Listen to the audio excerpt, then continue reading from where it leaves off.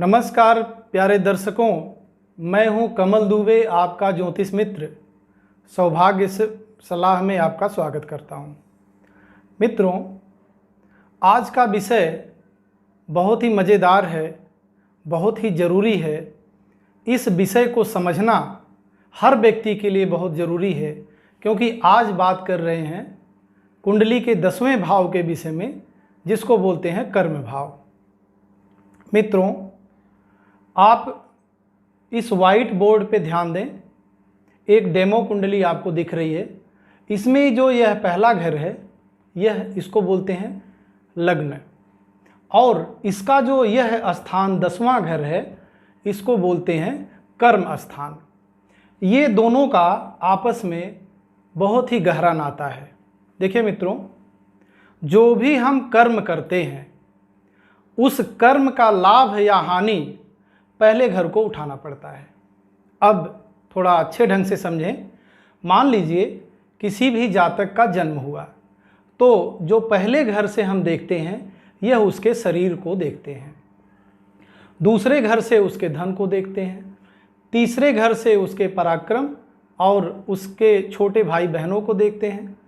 चौथे घर से वह अपने जीवन में कितना धन कमाएगा, कितना जमीन बनाएगा, और उसके पास वाहन कैसा होगा, और उसके माता से उसका संबंध और माता का स्वास्थ्य कैसा होगा। 5वां घर शिक्षा और संतान का घर है। 6ठा घर रोग, ऋण, शत्रु और लंबी चलने वाली बीमारी का घर है। 7वां घर पार्टनरशिप, पत्नी का घर है और व्यवसाय का भी घर है। 8वां घर आयु, मृत्यु और आध्यात्म में आपकी रुचि कितनी है, यह उसका घर है।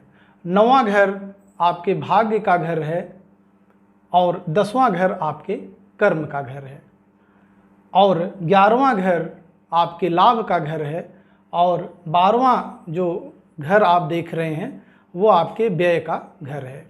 तो मोटी मोटा इस प्रकार से एक कुंडली को हम देख करके समझ सकते हैं कि वह व्यक्ति अपने जीवन में कितना सफल होगा। लेकिन आज हम किसी और विषय पे न बात करके सिर्फ आपके 10वें घर के विषय में बात करेंगे।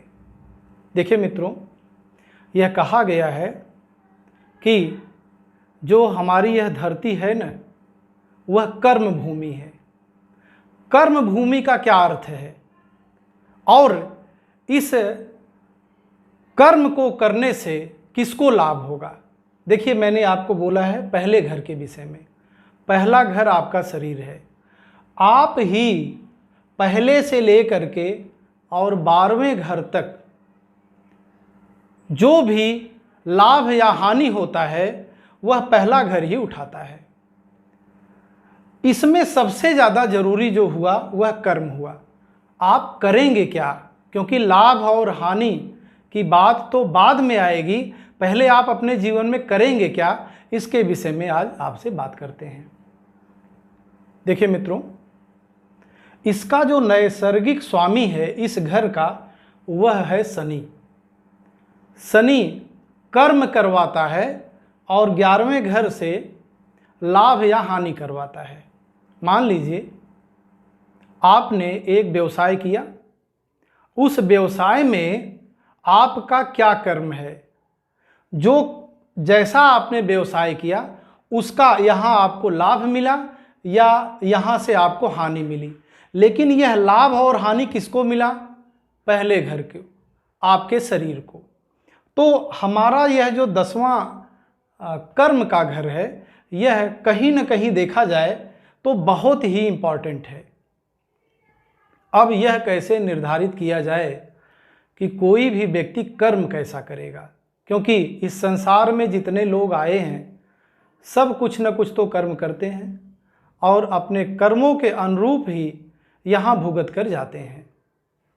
तो शनि से संबंधित पहले बात कर लेते हैं, क्योंकि इस घर का वह नैसर्गिक मालिक है। मित्रों, यह डिपेंड होता है, अगर शनि यहाँ बैठे हैं तो अपने ही घर में बैठे हैं। और अगर उस पर कहीं न कहीं से बृहस्पति देव की दृष्टि पड़ जाए तो व्यक्ति बहुत अच्छा काम करेगा। अगर पापक ग्रह की दृष्टि पड़ जाए तो खराब काम करेगा और उसका लाभ और हानि आप उठाएंगे।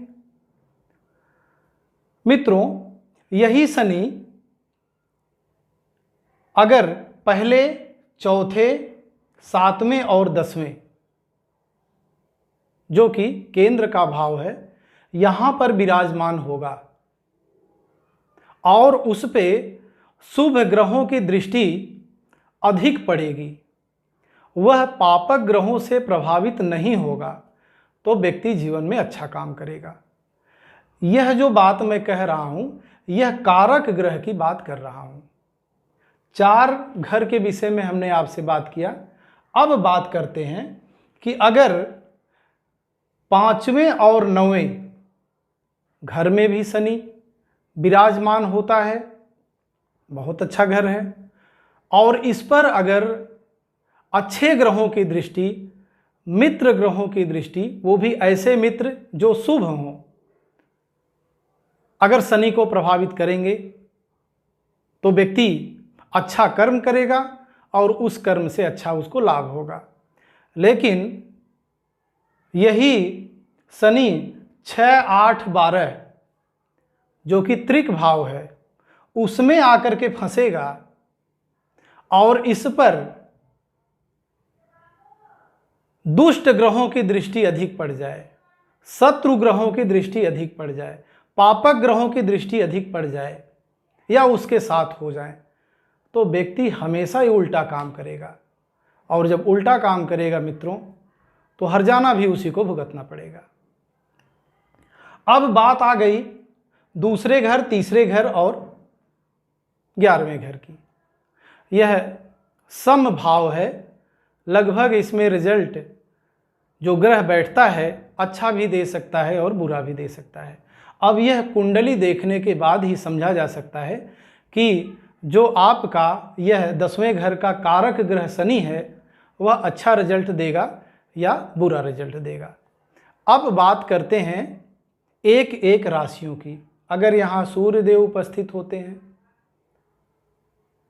इस घर में, पहले घर में, चौथे घर में, 7वें घर में, जो यह घर है 10वें घर में, और अच्छे ग्रहों से, मित्र ग्रहों से, शुभ ग्रहों से दृष्ट हैं, अच्छा फल देंगे। पहले शनि की बात किया, क्योंकि वह कारक है।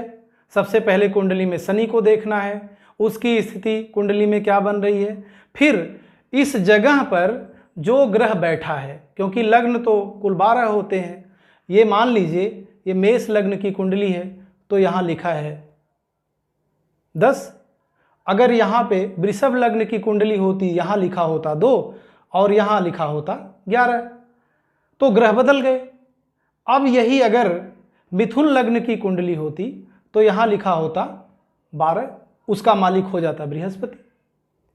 तो इस प्रकार से 12 लग्न हैं और 12 लग्न में अगर अलग अलग लग्न होते हैं तो लग्न के हिसाब में सबसे पहले आपको शनि को देखना है, क्योंकि वह इस घर का कारक ग्रह है। और दूसरे नंबर पे इस घर का मालिक ग्रह कौन है। जैसे सूर्य बैठते हैं पहले घर में, चौथे घर में, 5वें घर में, 7वें घर में, 9वें घर में या 10वें घर में, तो शुभ कर्म करवाएंगे, अच्छा कर्म करवाएंगे और आपको लाभ होगा। लेकिन वही सूर्य 6, 8, 12 इनमें से किसी घर में बैठ जाते हैं और शनि की स्थिति भी कमज़ोर होगी, तो आप अपने कर्म के माध्यम से बदनाम रहेंगे, परेशान रहेंगे, आपको तरह तरह की यातनाएं झेलनी पड़ेंगी। दूसरे नंबर पे आ जाते हैं, चंद्रदेव के विषय में बात करते हैं। अगर चंद्रदेव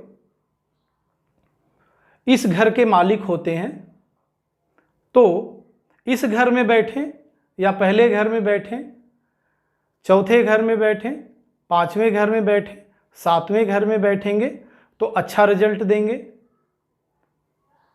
और अगर वह 6, 8, 12 में बैठेंगे तो खराब रिजल्ट देंगे।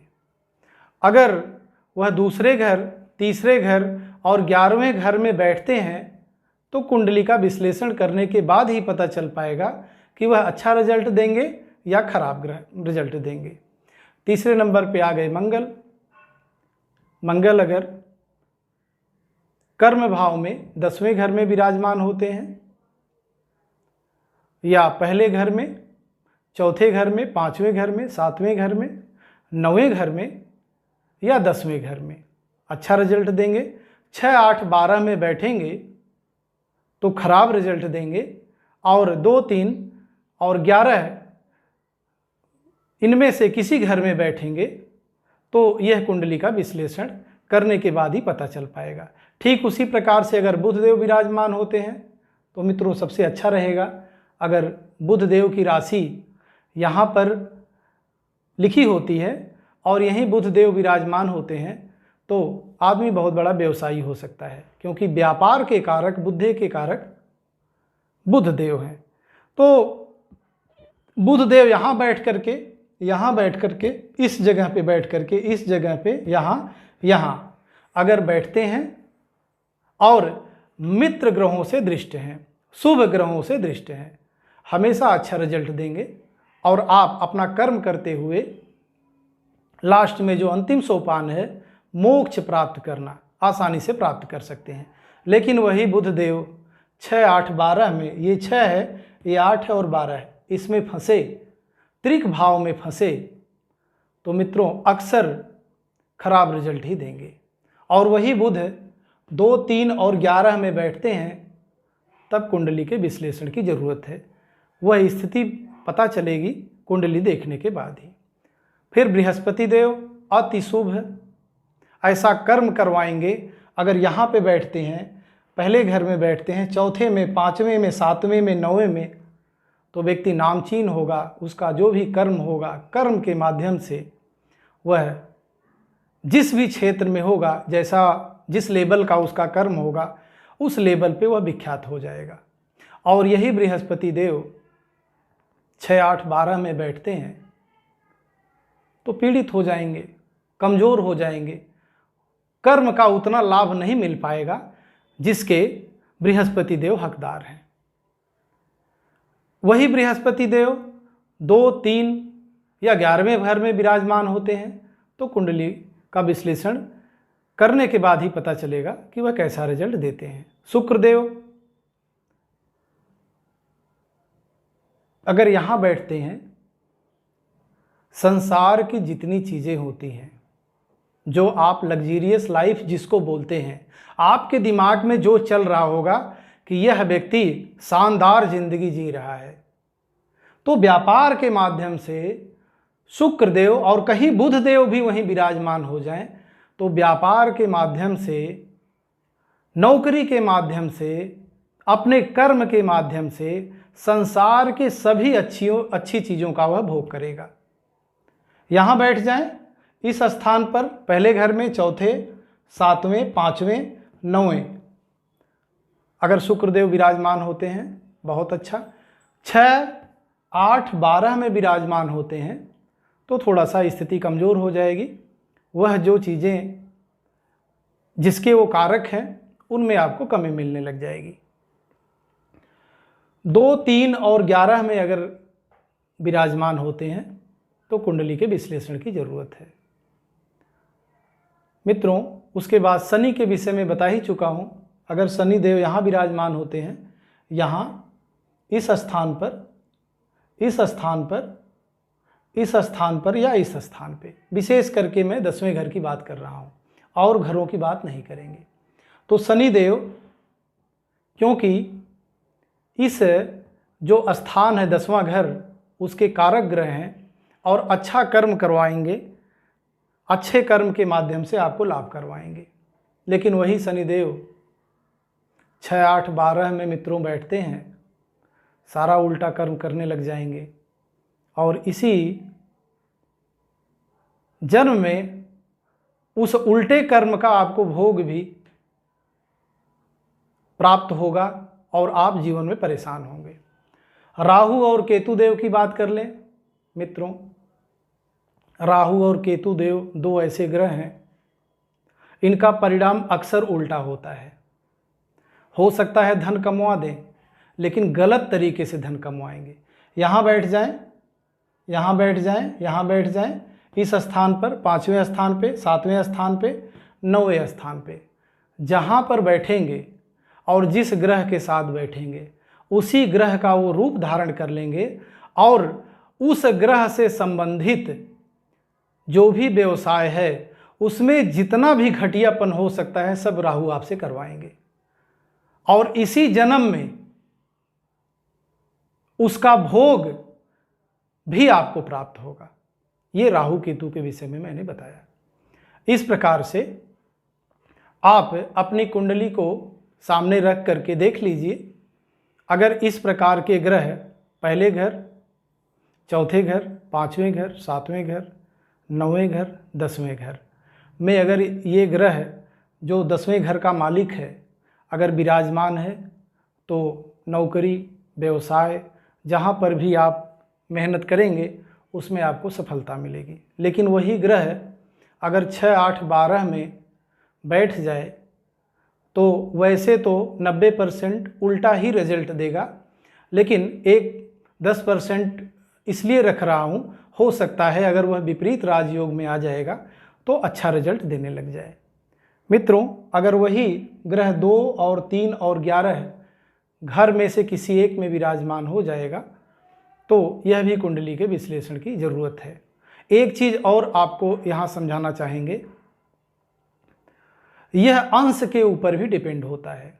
मान लीजिए आप का जो कर्म भाव का ग्रह है वह पहले घर, चौथे, 5वें, 7वें, 9वें, 10वें इनमें से किसी घर में विद्यमान है और वह अंश वाइज बहुत कमज़ोर है, उसका अंश 0 डिग्री से लेकर के 10 डिग्री के बीच में हो या 20 डिग्री से लेकर के 30 डिग्री के बीच में होगा तो अच्छा रिजल्ट नहीं दे पाएगा, क्योंकि वह ग्रह ही कमज़ोर है। और उसमें भी शनि की भी स्थिति हो जाए 0 अंश से लेकर के 10 अंश तक और 20 अंश से लेकर के 30 अंश के बीच में अगर शनि भी अच्छे भाव में होकर के बैठ जाए तो उतना प्रभावी रिजल्ट नहीं दे पाएंगे जितना आप अपेक्षा कर रहे हैं। और वही ग्रह अगर 10 अंश से 20 अंश पे बैठ जाता है तो आप अपने कर्म के माध्यम से, आपका इतना अच्छा कर्म होगा मित्रों, उस कर्म के माध्यम से विश्व विख्यात हो जाएंगे। इतना मैं आपको जरूर कहना चाहता हूँ।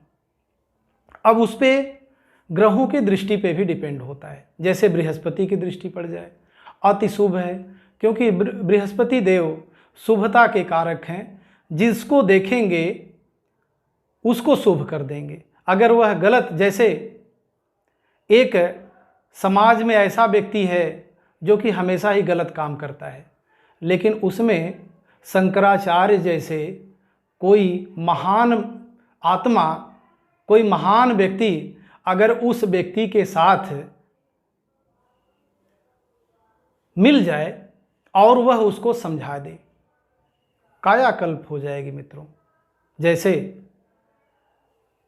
वाल्मीकि जी को तो आप जानते ही हैं, उन्होंने उल्टा ही काम किया, हमेशा गलत काम किया, लेकिन सप्त ऋषि जब उनसे मिले, सप्त ऋषि का मतलब एक प्रकार से आप यह समझ लीजिए बृहस्पति देव मिले, तो वाल्मीकि क्या हो गए? एक महान संत हो गए, जिन्होंने रामायण जैसे महान ग्रंथ की रचना कर डाली। तभी तो कहा गया है, उल्टा नाम जपत जग जाना, वाल्मीकि भय ब्रह्म समाना। वाल्मीकि वही उल्टा काम करने वाला वाल्मीकि ब्रह्म के समान हो गया, ब्रह्मा के समान हो गया। तो मित्रों, बृहस्पति देव की दृष्टि पापक ग्रह पे भी पड़ जाए, चाहे वह शत्रु राशि ही क्यों न हो, चाहे बृहस्पति उस कुंडली में मारक ही क्यों न हो, फिर भी उतना खराब रिजल्ट नहीं देंगे जितना अन्य ग्रह देते हैं। आशा है आपको यह 10वां घर पसंद आया होगा। मित्रों में, दोस्तों में, रिश्तेदारों में लाइक करें, शेयर करें, कमेंट करें, जिससे मुझे पता चलता रहे कि आप लोग वीडियो को देख रहे हैं, पसंद कर रहे हैं या नापसंद कर रहे हैं। अगर कुछ समझ में न आया हो तो कमेंट के माध्यम से मुझसे संपर्क कर सकते हैं। स्क्रीन पे मेरा नंबर फ्लैश हो रहा है, आप संपर्क कर सकते हैं, अपने कुंडली का विश्लेषण करवा सकते हैं। मित्रों, आपका बहुत बहुत धन्यवाद। अगर आपने चैनल को सब्सक्राइब न किया हो तो आपसे अनुरोध है, ज़रूर कर लें, जिससे आने वाला वीडियो आप तक पहुंचता रहे। आपका बहुत बहुत धन्यवाद। आपका कल्याण हो।